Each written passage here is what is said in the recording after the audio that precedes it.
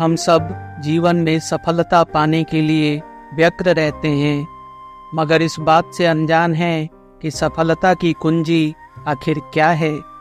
प्रस्तुत सीरीज इसी प्रश्न का उत्तर देती है। आचार्य श्री राम शर्मा की लघु पुस्तिका पर आधारित इस सीरीज में आज हम जानेंगे मन को अपना मित्र कैसे बनाया जा सकता है। पिछले भागों का लिंक डिस्क्रिप्शन और आई बटन में दिया है। खुद भी सुने और मित्रों, परिवारजनों, खासकर युवाओं को जरूर सुनाएं। वीडियो अंत तक देखें और अपने सुझाव कमेंट बॉक्स में जरूर दें। अब आगे का प्रसंग। जिस प्रकार ज्ञान का कोई स्वरूप नहीं है, वह मन की ही एक शक्ति है, उसी प्रकार मन का भी कोई स्वतंत्र अस्तित्व नहीं है। इच्छा और विचार करने की शक्ति का ही नाम मन है। इसीलिए मनोनिग्रह के लिए, मन को वश में रखने के लिए सर्वोत्तम उपाय यह है कि उसे निरंतर विचार निमग्न रखा जाए। एक विचार की दूसरे विचार से काट छांट और स्थानापत्ति की जाती रहे। मन में अधिकांश वही इच्छाएं उठती हैं जो तत्काल या अल्पकाल में सुख दे सकती हैं। इंद्रियों के सुख उनमें प्रधान हैं।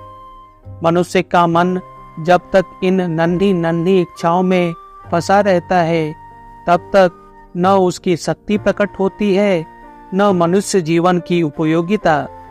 इसीलिए यह आवश्यक है कि हम आध्यात्मिक जीवन का भी चिंतन किया करें।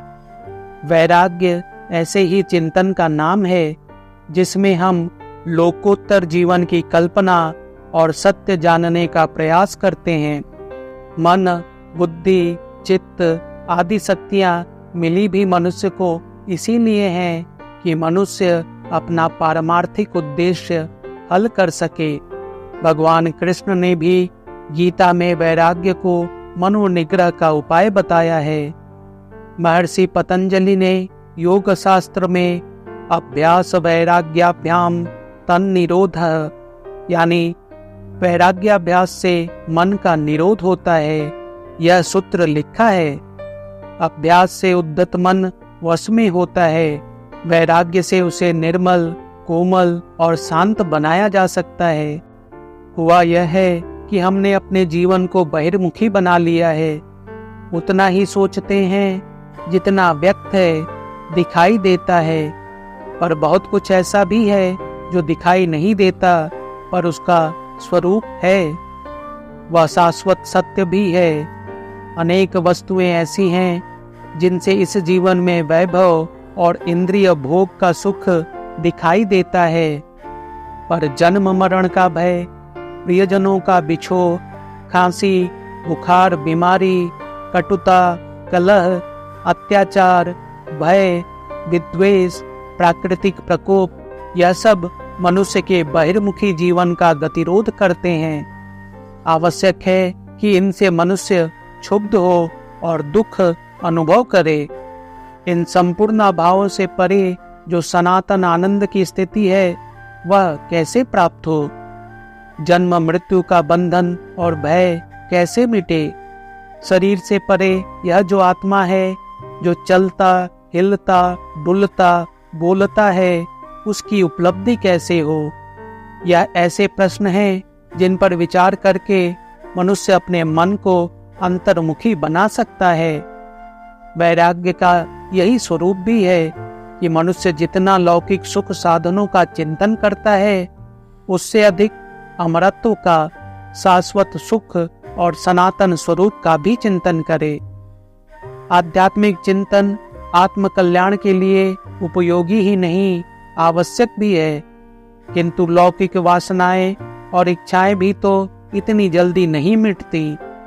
ईश्वर का भजन करने बैठिए, हाथ चलेगा, माला घूमेगी, मंत्र जाप भी होगा, किंतु मन जिसे ईश्वर के प्रकाश की ओर गमन करना चाहिए था, वह तो बार बार अपनी प्रिय वस्तुओं, ऐच्छिक इंद्रियों के विषय भोगों की ओर लंपटे लेगा। कठोर संयम और तितिक्षाओं से मन को दंडित कर इस तरह भटकने से रोकने का भी विधान है। किंतु जिस प्रकार दंड से जानवर और भी क्रुद्ध और हिंसक बनते हैं, उसी प्रकार मन भी चोट खाकर विद्रोह करता है। मन वस्तुतः हमारा शत्रु नहीं है। यदि उसे पुचकार कर मित्रता पूर्वक सलाह दी जाए, अर्थात प्रेम पूर्वक यह बताया जाए कि भाई यह ऐन्द्रिक सुख तुम कब तक भोग सकोगे, कब तक क्रोध, मोह, लोभ, संग्रह, व्यभिचार और अनाचार में पड़े रहकर अपने किए कर्म के दुख की फसल बोते रहोगे। भाई कुछ ऐसा काम करो जिससे पग पग पर होने वाली ईर्ष्या, अपमान, शोक, बीमारी, कलह की कुंठाओं से छुटकारा मिले। आखिर यह जीवन भी कितने दिन चलेगा? यह युवावस्था कब तक रहेगी? शरीर ढलेगा ही, मृत्यु होगी ही। क्यों न अमरत्व की प्राप्ति के लिए प्रयत्न करें? क्यों न अपने को परमात्मा की प्राप्ति की दिशा में अग्रसर करें? यह विचार मन के समर्थन में न आए ऐसा संभव नहीं। मन जैसा मित्र नहीं। आखिर वह भोग भी तो आत्म तृप्ति के लिए ही करता है। जितना ज्ञान, विवेक और विचार शक्ति होती है, उतने क्षेत्र में वह आत्म सुख ही तो ढूंढता है। यदि अपना ज्ञान बढ़ाकर उसे बड़े सुख, उच्च आध्यात्मिक लक्ष्य का ज्ञान कराया जा सके, तो वह उधर भी हंसी खुशी से चल देगा। स्वामी विवेकानंद, रामतीर्थ, शंकराचार्य, दयानंद आदि को भी उत्कृष्ट जीवन की ओर प्रेरित करने वाले उनके मन ही थे। मनोबल जगाया जा सके, उसे मित्र बनाया जा सके, तो जो काम कठिन तपश्चर्या से संभव नहीं हो पाता, वह क्षण भर में मन के सहयोग से सफल हो सकता है। अवगुणी मन को सद्गुणी बनाने के लिए विवेकशील होना आवश्यक है। विचार, विवेक और वैराग्य वस्तुतः एक ही क्रम की अनेक श्रृंखलाएं हैं। विचार का अर्थ है मन को स्थिर न रहने देना, आलसी न होने देना। जब वह स्थिर होता है तभी भोग की, काम की इच्छा जगती है। इसीलिए एक पर एक विचार उठाना चाहिए।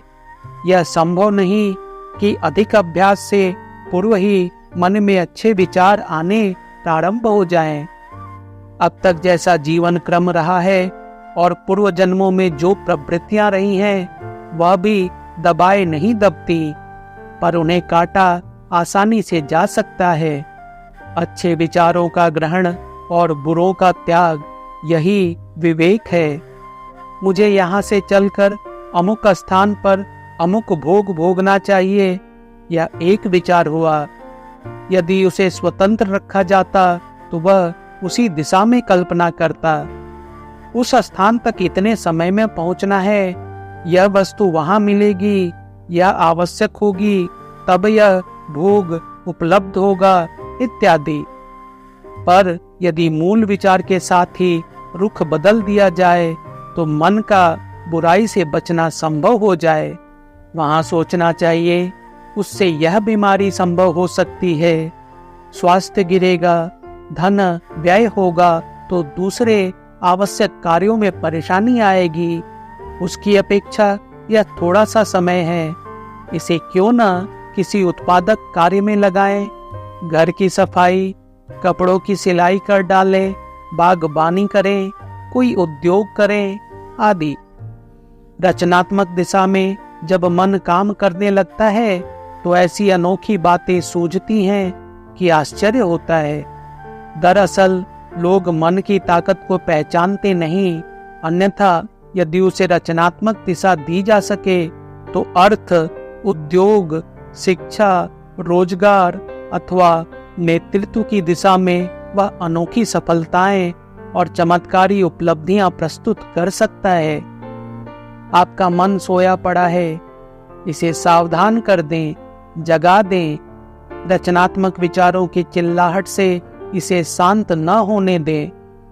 यह आपके लिए वह भौतिक सफलताएं भी प्रस्तुत करेगा जिनकी आप इस जीवन में कामना करते हैं। विचार और विवेक की इसी दिशा में जब आत्मा के रहस्य अनुभव करने की ओर इसे संयोजित कर दिया जाता है तो वैराग्य का अभ्यास होने लगता है। अंतर जगत में जो प्रतिक्रियाएं चला करती हैं, बाह्य जगत में उन्हीं को मन क्रियान्वित किया करता है। मनुष्य यदि यह जान ले कि बाह्य जगत के हमारे समस्त प्रयास मनोजगत की प्रेरणा से हमारे अहंकार को सक्रिय करने का ही परिणाम है, तो यह एक बहुत बड़ी बात होगी। इतना आभास होते ही मन और अहंकार एक तमाशे जैसे दिखाई देने लगते हैं और एक तीसरी सत्ता की अनुभूति होने लगती है। मन का बिचौलियापन सिद्ध हो जाए तो फिर यह समझते देर न लगे कि हम आत्मा हैं और शरीर धारण का हमारा लक्ष्य भिन्न है। यह भिन्नता का भाव ही महत्व का है। यह तत्व हमारे अंदर बैठा है कि जिसके न रहने पर यही शरीर सौ कहलाने लगता है। वह तत्व ही आत्मा है, चाहे तो उसे ही परमात्मा कह सकते हैं। विचार और विवेक द्वारा जब उसकी अनुभूति हो जाए तो सांसारिक तृष्णाओं, इच्छाओं और धारणाओं को हटाकर तत्व चिंतन की दिशा में अग्रसर करने का अभ्यास किया जा सकता है। जितना प्रखर यह अभ्यास होगा, वैसा ही वैराग्य, पारलौकिक जीवन के प्रति संवेदना का भाव भी जागृत होने लगेगा। जब यह सिद्ध हो जाएगा, मन यह स्वीकार कर लेगा कि परलोक ही सत्य है, आत्मा ही अमरत्व है, तो फिर मन से झंझट करने की आवश्यकता ही न रहेगी और वह आपका मित्र बन जाएगा। वीडियो का अगला भाग जल्द ही प्रस्तुत होगा। वीडियो अंत तक देखने के लिए धन्यवाद।